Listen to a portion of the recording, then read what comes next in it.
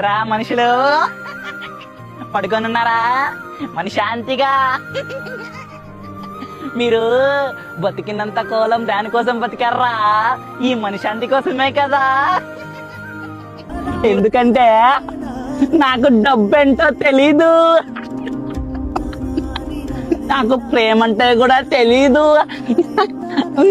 అందుకు నేను పిచ్చివాణ్ణి. ఓ మనిషి, నీ మానవ జన్మ పుట్టినప్పుడు పైకి పోయేప్పుడు ఇలా పోతారు.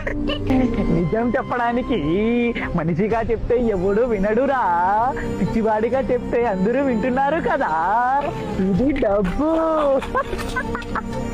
ఈ అన్నం మీరు సంపాదించేది దీనికోసమే, నేను అడుక్కు తినేది దీనికోసమే.